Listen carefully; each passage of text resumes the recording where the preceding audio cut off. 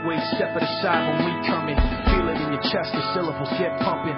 People on the street get panic and start running. Words on loose leaf sheet, complete coming. I jump on my mind, I summon the rhyme, I'm dumping. Feeling the blind, I promise to let the sun in. Sick of the dark ways, we march to the drumming.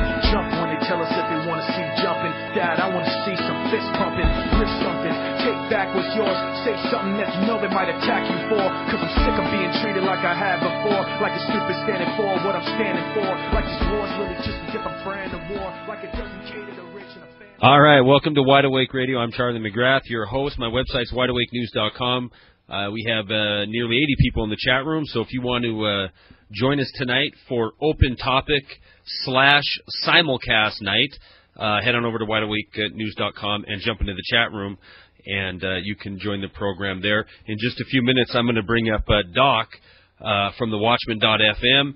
Him and I have been talking for over a month now about trying to do a simulcast. I'm driving home tonight. I was thinking, well, you know what? This would be the perfect night to call him and see if we can pull this off. So he's holding now on the line, and we're going to let a few minutes go by to let the feed catch up, and then he's going to come on, and then we're going to co-host each other's show. So get your topics ready. If we're almost at 80 now, and Doc's going to have a full room, so we're going to try to pull questions out of there. But it might be easier if you have a question that you really want to get asked tonight to call in 877-342-6673. I'll give that number out a couple of times before the first break. It just might be kind of hard with two full rooms to try to write down questions and do a simulcast at the same time. So let's get into it. Let's get into what I normally get into on Thursday, which is this first-time unemployment report. Now, this report came out today, and I noticed something in it. It's very, very similar to every report I've seen for the last 3 weeks. And I don't just mean slight bump up, slight bump down. I mean exactly the same. And I'm like, what in the world is going on here? So because we post it every single Thursday, at Wide Awake News, I went back and looked at last week's report. So I'm going to give you this week's report first of all. We had a decrease in the week ending December 18th. The advanced figure for seasonally adjusted initial claims was 420,000. A decrease of 3,000 from the previous week's figure, which was revised to 423,000. The 4-week moving average is now 426,000, an increase of 2,500. Now, what's funny about this is these numbers are identical to the prior weeks. The only thing that's changed is 7 days has gone by, and they changed them to fit an agenda that would show a decrease in the unemployment number, or a decrease in the first-time claim number. I'm going to read you verbatim last week's report. Last week's report said first-time claims was 420,000, a decrease of 3,000 from the previous week's revised figure of 423,000. And then it showed the moving average is falling by 5,000. This week's, keep in mind, last week they said 420,000. This week they said, this week's is 420,000. And that's a decrease of 3,000. Why? Because they tacked the 3,000 onto last week's number. So they can show themselves a loss of 3,000 people filing for first-time unemployment claims. You know, and in reality, the number that we need to look at is the moving average. The moving average is a 4-week indicator, and it is more of a true stat that we can look at. And it's on the increase of 2,500. However, I now believe none of this. I'm really considering just dumping this from the weekly Thursday show, the first-time claims altogether. Because, I mean, here you see exactly what I talk about when I talk about statistic manipulation.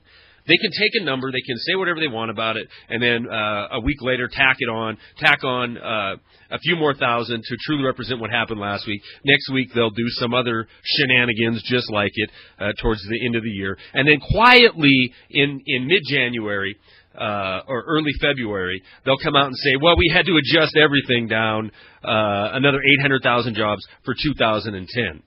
And they did that last year, and I'm sure they're going to do it again this year. The number I will continue to keep reporting, though, is this emergency unemployment claims. Emergency unemployment claims. 3,785,978 people were still on Tier 2 through 4. This is a decrease of 68,089. These numbers are not adjusted. These are actual, factual people who fall off the rolls. So we had 70,000 people last week, right in time for Christmas, lose all benefits from unemployment insurance. And, I know a lot of people think that's the path to get our deficit under control. But when you sit and you look at it from the perspective of, banks receiving record profits again this year, and then you see 70,000 people who were making 40% of their income if they were lucky, now have just lost everything. I do not think that's the way we need to go in order to get our deficits under control. All right, I have, let me jump back over to the chat. As usual, on a open topic night, there might be some delay because of jumping back and forth between the chat room and my notes here. So it is open. We can do any topic you guys want. I've got some things written down here. Bond funds imploding or bonds imploding in 2011. Charles Bitterman had an interview today buried on CNBC, almost on, or their last day before the holiday season.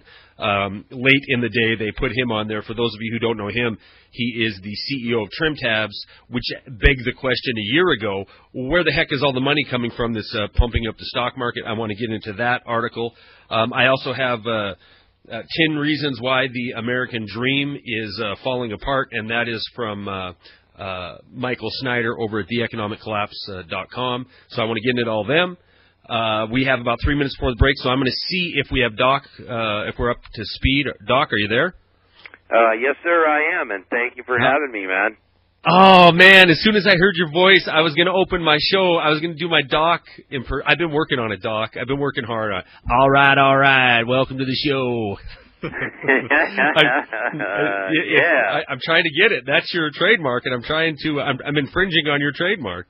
Well, everybody, that's all right. You're more than welcome. More than welcome, man. Well, I haven't got past all right. You got to put right on the end of it. You know what I mean?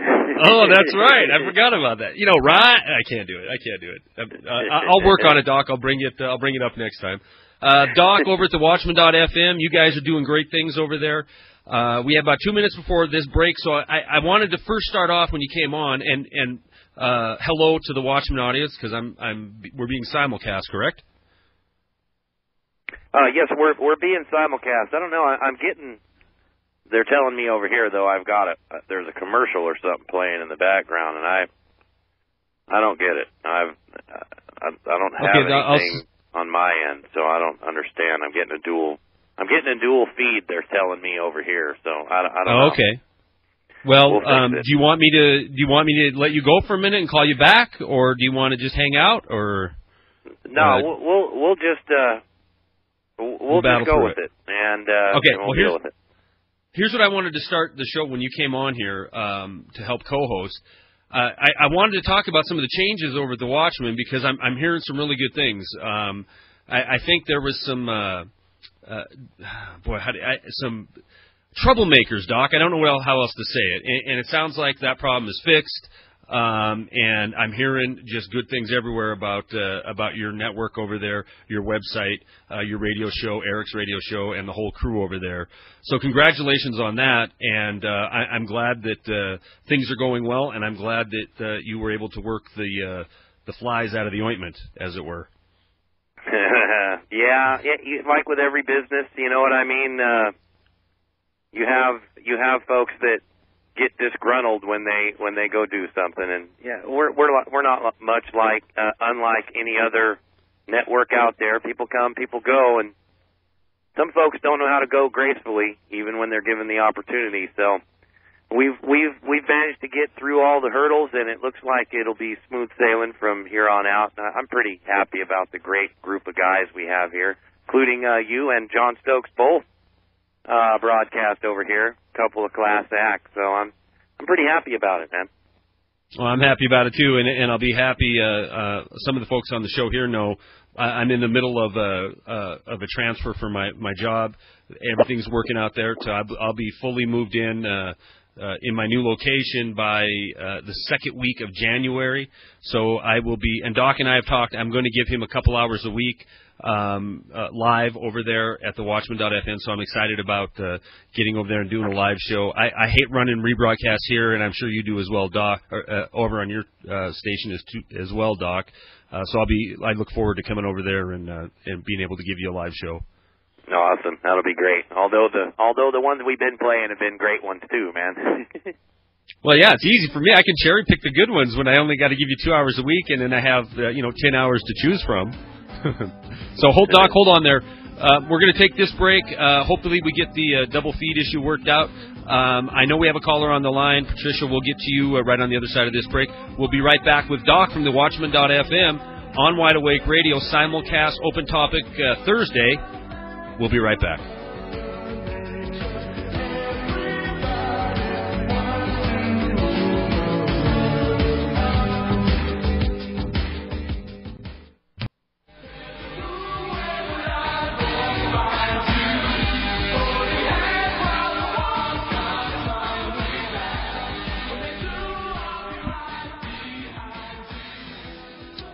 All right, welcome back to Wide Awake Radio. I'm Charlie McGrath, your co-host on Doc. Is it Hardtail News? Is that still the name of your program? Did you change the name of it when you moved your hours?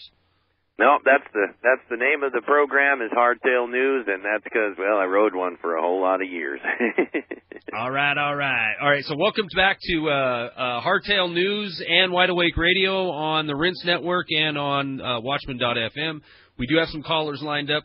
Doc, are you up for some calls? Yeah, let's take some callers, man. All right. Patricia, and I think I know who this is because Brett gave me a note about garden centers. So this is Blue Cat from the chat room. Thank you very much for calling in. How are you tonight? Oh, I'm fine. Thanks for having me, Charlie. I don't really have any question right now, but I just wanted to say, hello to everybody, and I wanted to mention that one of the things that we were talking about earlier was in the new year, getting things kind of set up for people that might not have any plan on what to do next with the hard times coming, what they could do in the future from some of the things that I've done in my background.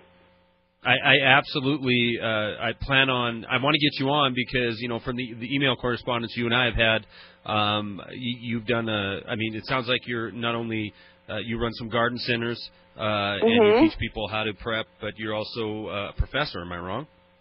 Pardon? Oh, yeah, I used to teach horticulture at several local junior colleges. My parents were landscape designers, so I'm a master gardener. So, what happened was several years ago, several of us master gardeners around the city, we knew what was coming down the pike. And so, we were all pretty much aware, and we were kind of, also kind of politically attuned to, what was happening. So we decided to take steps towards promoting urban farming, urban landscaping, edible gardening, teaching people about that. So it's one way to get proactive.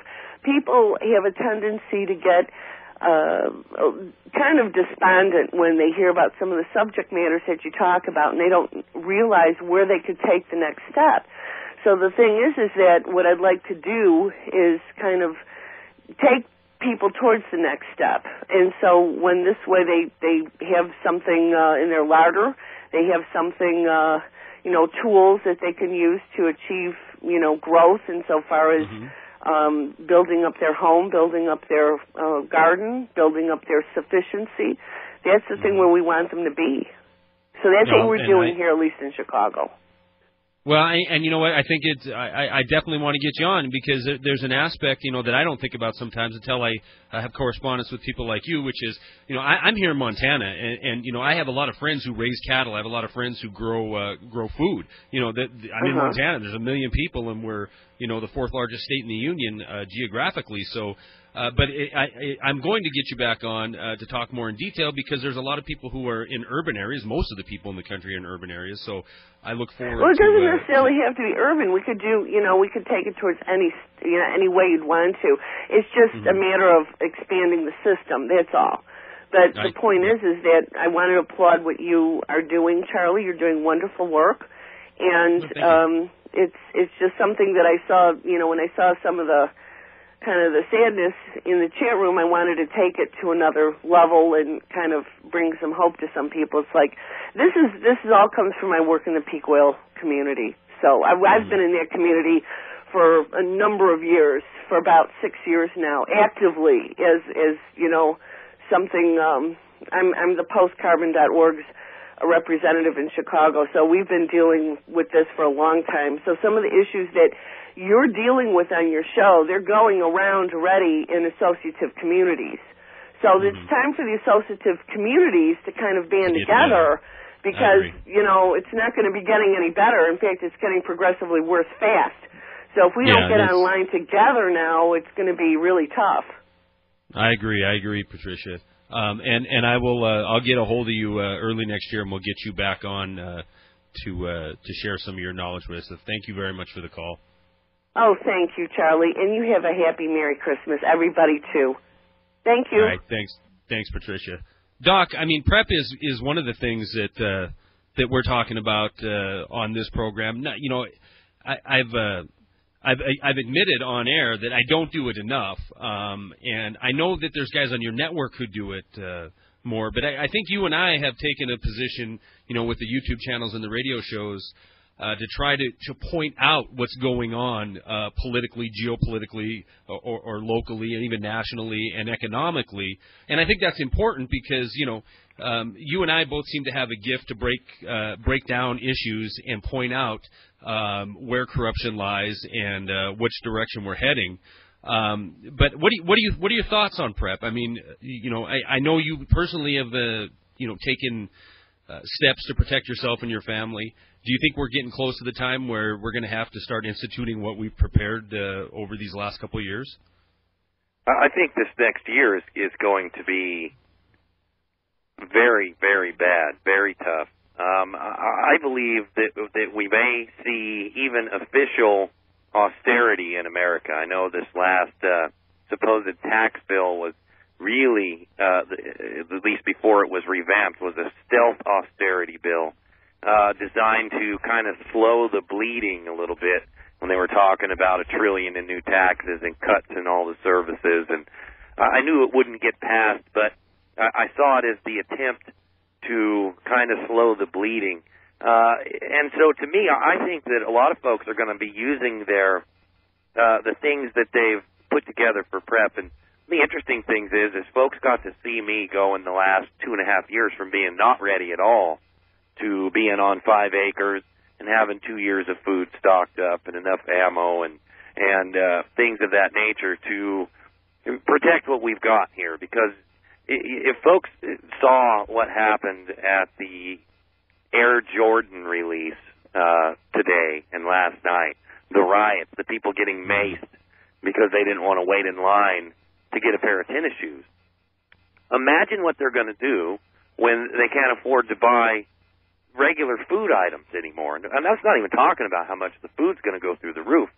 You're going to see huge problems, especially in cities. And I've kind of urged folks, if they could, they knew somebody to at least get together with like-minded folks in case cities become somewhere that you're just not going to be able to live in anymore because they're indefensible. Your house is indefensible in the city. And so I think that PrEPs are going to be very important to folks.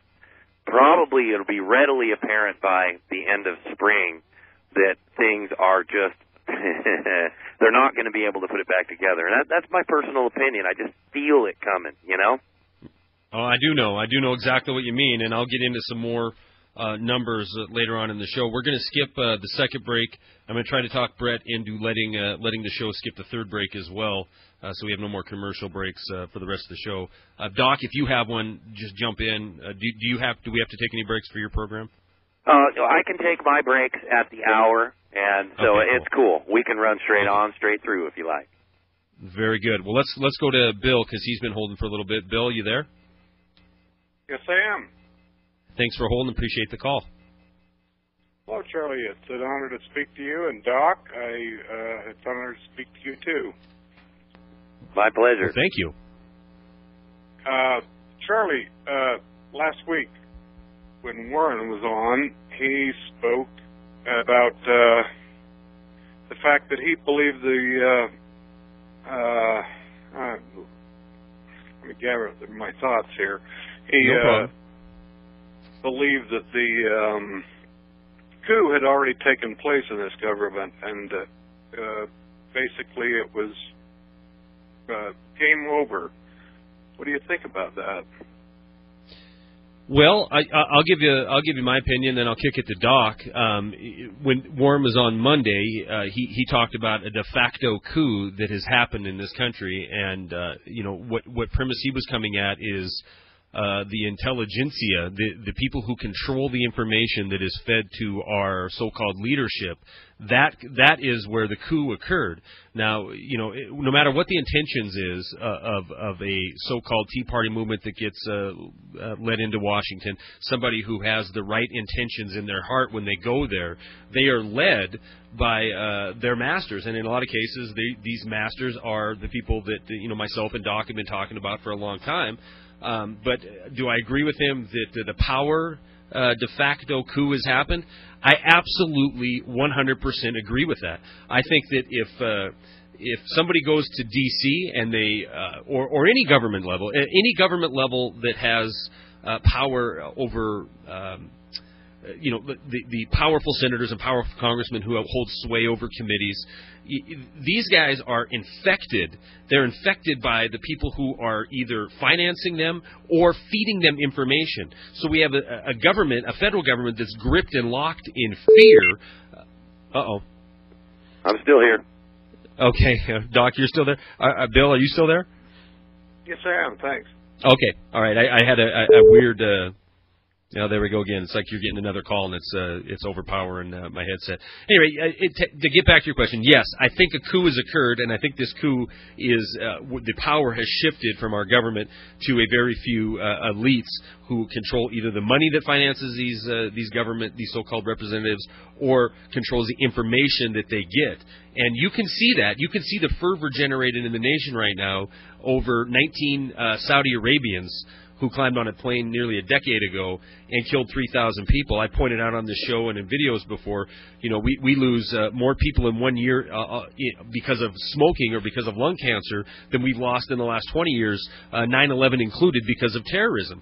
So, when you can focus the thought process of the nation, when you can sway the so-called, as we call them in alternative media, the sheeple of the nation, into one shoot or one camp or another, either the red team or the blue team, and you can sway their opinion to be distracted while the real agenda happens behind the scenes.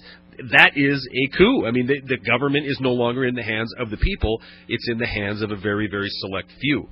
So that's my answer to it. Do I think there's been a de facto coup? Yes, I do. I think it happened long before this president. I think it's been the case at least. You could make an argument that it went back to 1913, but that is my opinion, Doc. Well, I'm inclined to agree with you that a coup did happen. And I think that you probably hit the way it happened and who took the positions of power definitely happened. But I think that they've had the rug pulled out from under them. And let me briefly quantify that for a minute. America and the folks that wanted to take over America for the global banker cartel, which is who it is. I mean, we can point anywhere we want. But the global bankers are socialists, they're Marxists, and so that's who it is. They're the money. And they finance all of the intelligence departments and everything else. So the folks here, and I'm talking military, I'm talking the people that were taking the money, they fell for the line that the UN told them. You're going to be in charge. You're going to be head of the Security Council. You're going to be head of whatever global government we set up. And what happened is midstream, and this is my opinion only, but it fits with what Zbigniew Brzezinski wrote in his book. That is, if the people he wrote who would be our enemies read his book and prepared against it, which I'm sure they did, it seems to be that the money power has moved its influence to the east. And that is kind of a double cross. So the way I see it now is the coup indeed occurred, but the double cross has now put a fracture in the elites program. In other words, what it is they're trying to accomplish, because now the folks that are here realize they're going to lose everything.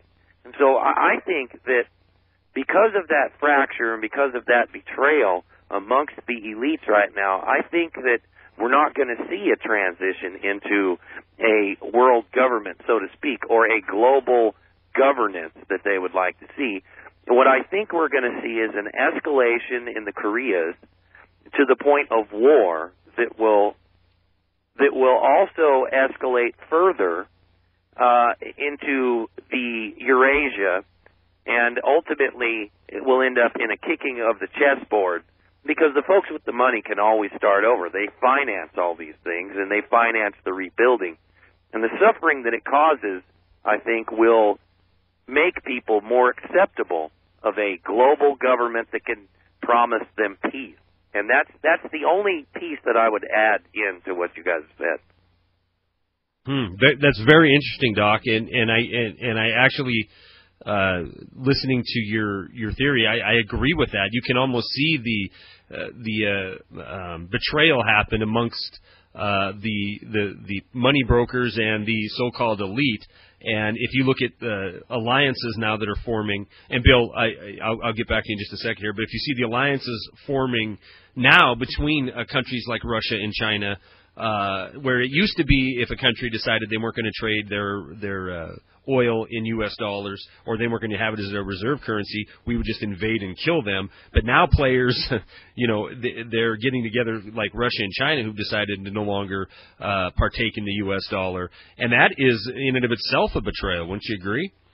It's an act of war. It's not just a betrayal. At the beginning of World War II, the exact same conditions that are here now were here then. Folks don't remember that the economies of the world were in collapse at the beginning of World War II. And the things that kicked that off were, number one, sanctions, embargoes, and a currency war. And it left Japan no choice but to attack. Funny thing is that it's America that has the debt problem now, the resource that is so needed. And I'm not saying that America would kick it off, but all of these nations' doctrines are now preemption. From America to Russia to China, even Iran, their doctrine is now preemption, which means strike first to prevent what might be war. So any one of these nations could just decide tomorrow is the day at any time, and it would, just like last time, allow them to implement full control over economies until the wars were over, when all of the revenue would be generated from rebuilding again. It's why I call it kicking the chessboard, or the great, how do I put it, the great dustpan to clean up their mess, Almost like a great reset. We're going to kick the chessboard, and then we're going to kick industrial, manufacturing to go to war, and then at the end of it, the elite will make trillions and trillions rebuilding. Bill, does that answer your question? Well, yeah, sure.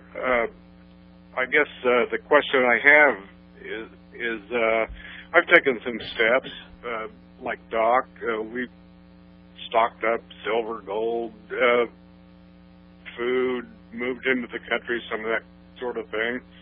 But what do we do when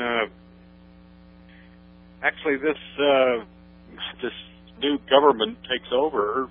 Is any of that going to do us any good? You mean being prepared?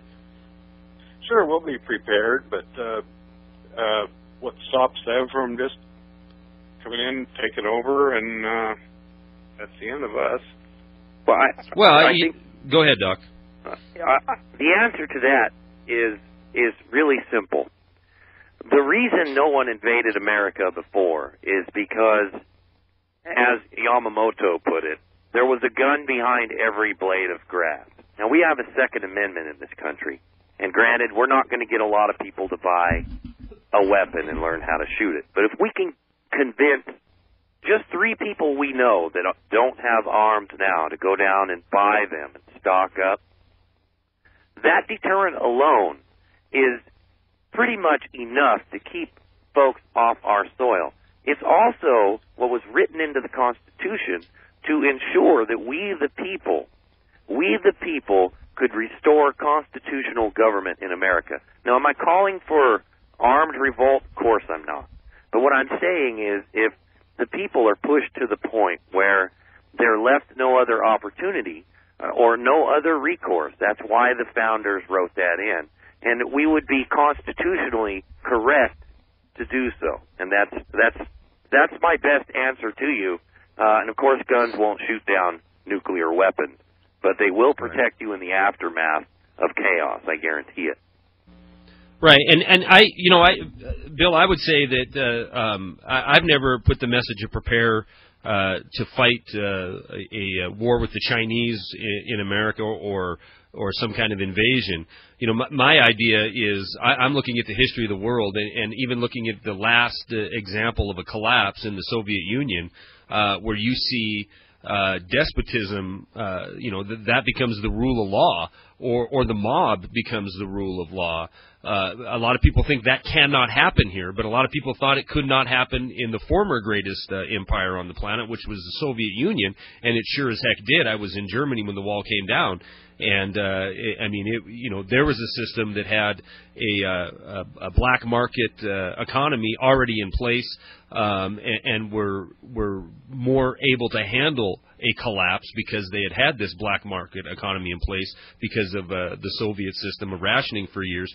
When and if, or I should say if and when it happens here, when we see a breakdown in the dollar, when we see austerity land like a sledgehammer on the head of the average American, you being prepared, you having your emergency supplies, be it 2 weeks to 6 months to a year's worth, you're going to be far, far better off than somebody who didn't plan ahead. Now, Doc said none of that. Your 30-06 or whatever you're hiding behind your blade of grass isn't going to bring down a nuclear weapon. And I've also said on this program and in videos, if it gets to that point, I'm glad I live 90 miles from the biggest caldera on the planet in Yellowstone, because I don't want to be here for that. Because I don't think anybody survives that if we go to World War III. So I hope that answered your question. Did you have anything else? I'm going to go to another caller if you don't. No, I appreciate your speaking with me, and I appreciate both of you. You're both doing us a great service. Thank you. I appreciate that. Thank you.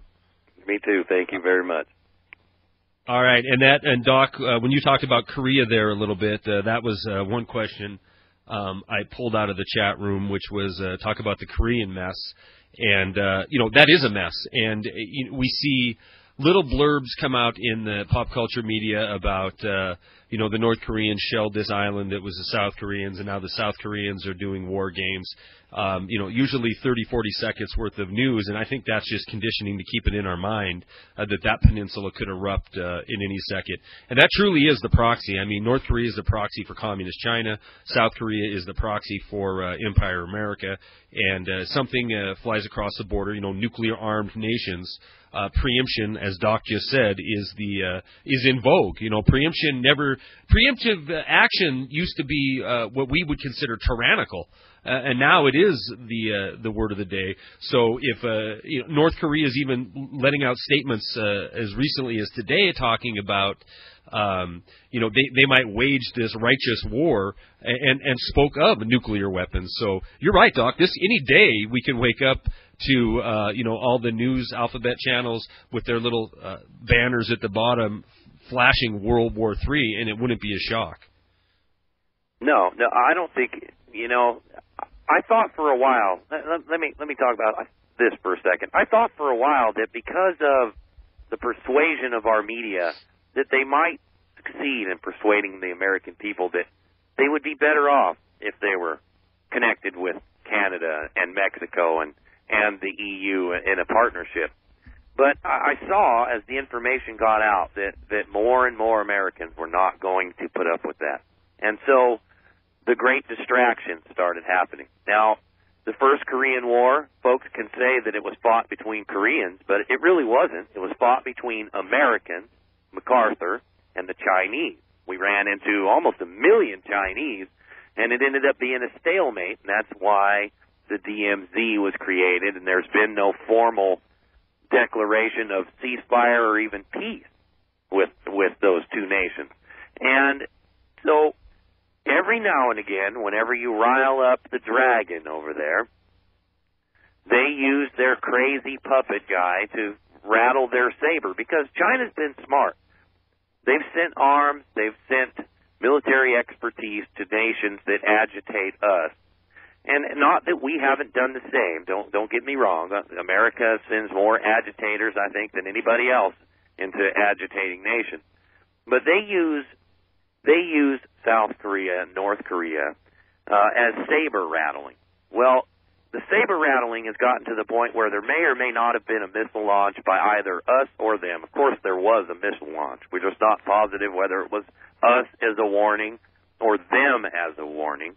And when something like that takes place, that's serious business. That was a dummy ICBM, which is nuclear tipped almost always. And so to fire off a dummy practice missile as a warning from either side, and then seeing the saber rattling going on over there, I see it as, if we don't, and basically it's a, how do I put it, a bludgeoning tool. In other words, convince you to get on board with this organization that'll keep the peace, or the economies are all going to collapse, and before it goes all the way in the tank, the balloon goes up over there. Creates mass patriotism in the country immediately. Folks are going to forget that there was an attempt at a socialist coup in America.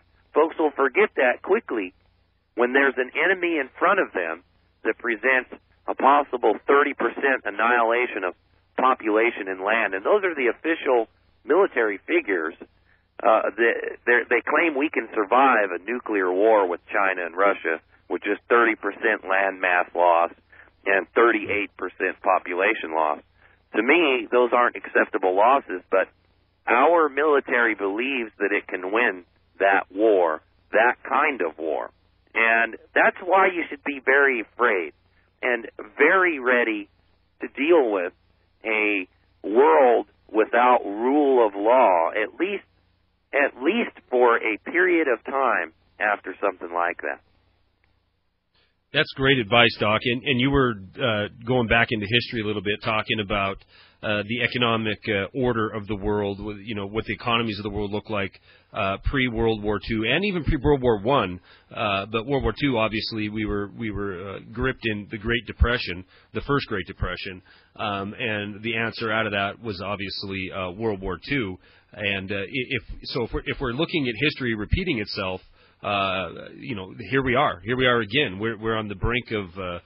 Regardless of what the reports come out, these anecdotal daily reports, the economy is absolutely in no better shape than it was 2 years ago. In fact, it's far, far worse because all this additional debt to the tune of trillions and trillions and trillions of dollars has been added to the mix, and then all that debt's been put on the citizens of the once free world. So the idea that this is going to miraculously change because, just to give you an example, between 2003 and 2008, 40% of every job that was created in this country had something to do with construction, the construction industry. That industry is gone. We've lost millions upon millions of jobs. They're not coming back miraculously in the construction boom. So in a new construction boom, there is no bubbles left to inflate. The one we are in now is the facade bubble, the extend and pretend bubble, and when this goes, the answer is going to be hot war. I mean, and I'm saying that not because I'm a genius or a soothsayer. I'm saying that because I look back at history. Alan, you're gone. Okay. Sorry, Alan. I know you were holding for a long time. You are more than welcome to call back. We have about 7 minutes left, so if you want to call back, you certainly can. We'll put you right through. Doc, where were we going here? I was ready to jump to Alan. I wanted to talk a little bit about... you were talking about finance. You were talking about financed during World War II as compared to today. And interestingly enough, and you mentioned America, but, I've done some pretty deep research into the economic conditions, not just here, but global at that time. And as amazing as it may seem, we were in the midst of a global economic collapse. It wasn't just America. It was everywhere. It was Germany. It was, I think, the only nation that wasn't in decline at that time was Britain. All of the rest of them had horrible economic conditions at the time, and it was only seeming to get worse, which means the bankers were about to lose a lot of money. And here we are today. We're in this very similar situation, except that we're doing what Germany did to try to save this economy. I mean, really, that's what we're doing. We're printing money, dumping it into the economy, and pretending we're going to get a different result than what happened in the Weimar Republic. Now, 20% devaluation they're talking about right off the top in QE, I don't know, what is it, 25 now?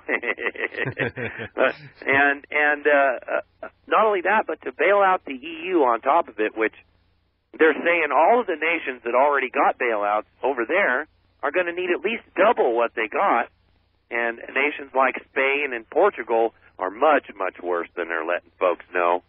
So the whole enterprise is on the verge of going up in a big mushroom cloud, figuratively, right? And absolutely. I just don't see their way out of it. I don't see any other way out of it other than the same thing they did pre-World War I and pre-World War II. No, and you're right. The world was in depression during the Great Depression. We were in 1929 when our stock market crashed. I mean, the real pain didn't hit for a few years, and the real pain didn't hit until the depression had grabbed hold in Europe. And then it was the 1933 onward is when the real pain started. So if you look at marking this depression as starting in 2008 with our stock market crash, we won't start seeing some real effects of it other than what we have now, which is we've been able to paper over with fiat currency. But we're still a year away from or so. And you might be right. 2011 could be the year of absolute misery in this country. But be assured, it's coming. There is no. You did it very eloquently there, Doc. There is no way to keep borrowing money to pay for borrowed money. Ireland today, they announced they socialized another bank over there. And Spain is next up on the docket to be bailed out. Well, all this money, this nearly $1 trillion that was put into a fund last summer to bail out Europe, with Spain, with a bailout for Spain, their money's gone. They have no more. The Eurozone is infighting to no end right now. I mean, these guys are blaming each other. Germany's sitting there as the industrial powerhouse of Europe saying, what the heck's going on? The citizens are saying, what do you mean the bondholders can't take a haircut? Why does their debt have to be thrown onto our back? You have riots. People think that the riots in Greece are over because their austerity happened. Their first measures were implemented last spring. It's not true. I mean, you have to go on YouTube, alternative media, to see pictures of protesters out throwing Molotov cocktails. Riots are still continuing in Ireland. Riots are still continuing in England. Same thing in France. In Spain, they almost had to declare martial law to get. Sorry, Doc. Wow. You all right there, Charlie? You're right, though. You're right. Yeah, the riots haven't stopped, especially in Greece. In fact, they're saying that Greece needs a bailout equal in size to the one that it already got, which means that it's going to come with further austerity attached to it. Austerity is coming to America. That's why Eric Holder said that the thing we have to fear most now, as far as terrorism goes, is the American people. I can't believe he came out and said that. And they're talking about a brand new, updated executive order for indefinite detention of folks that might be dangerous here in America. Yeah, I saw that. I saw that with it. Thank you for rescuing me there. I don't know. Brett's laughing at me because I don't know. I swallowed a bug. I don't know what happened. I thought It was like a FEMA bug flew into my mouth. Okay, Alan is on. We have about 2 minutes left. You held for a long time. I want to get you on here because you're very persistent, and I appreciate that. Alan, how are you? Hey, just fine. Thank you. It sounds like there might be more bugs in your state than people. Well, there's one less now, Alan. Okay, 2 minutes. So what I called about, Charlie, I was just wondering if there might be like a truer measure of the unemployment numbers. I was thinking about the, our recent census data. There's I guess 309 million Americans now. Yep, and I saw your question. I saw that question in the chat room, and I actually was doing a little research while Doc was talking there. The truer unemployment number, the U3 9.8%, that's ridiculous. If we use the U6, it gets us north of 20%. But if you break it down, there's 110 million taxpayers in the country, 309 million Americans. We are at depression level numbers in truly unemployed people. So I think that the idea, it's all psychological. We're going to try to keep it under 10%. And these are the things that are going to start to unravel in 2011, these cover-up measures. Yes, I'm concerned about 2011 too. But wow, that's astonishing. So you found it to be 110 million. I mean, that's 1/3 of the people supporting the other 2/3. That's right. There's This is according to nationaldebtclock.org, and their numbers I think are they claim the population is 310 million. Census says 309. So whatever. Even if if you take the average, they're estimating 110 million taxpayers in this country. So there is 110 million people paying taxes for 310 million, and that is, Alan, that is why you see 1.4 trillion dollars in deficit every year. That's why you see QE2 and QE whatever to the tune of 600 billion announced and trillions not announced, because we're spending money that we don't have. We don't have the tax base to pay for it, and truly the taxes that we pay as income earners is going to pay interest to the Federal Reserve System, plain and simple. I've one other quick comment, Charlie. I'm sorry. Go ahead. Go ahead.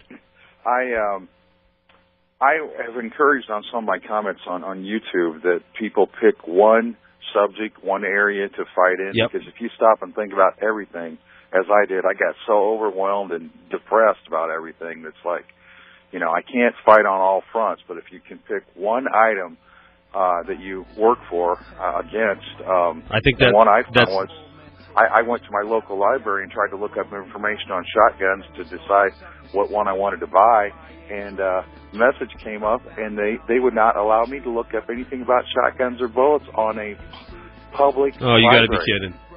Alan, I hate to cut you off. That is great advice, so I like your advice of picking a subject, seeing what you can do.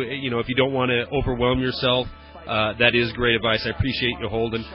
Thanks, everybody, tuning in tonight for this simulcast. Doc, you have another hour to go. I appreciate you coming on and doing this. It was fun. It was a great time until I swallowed the bug.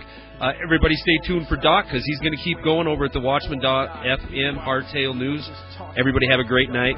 Jeff Rintz is coming up next on the Rintz Network. And like I said, Doc will keep going over on the Watchman. Have a great weekend. Have a great Christmas. Merry Christmas. Peace, love, and joy to everybody. Goodbye.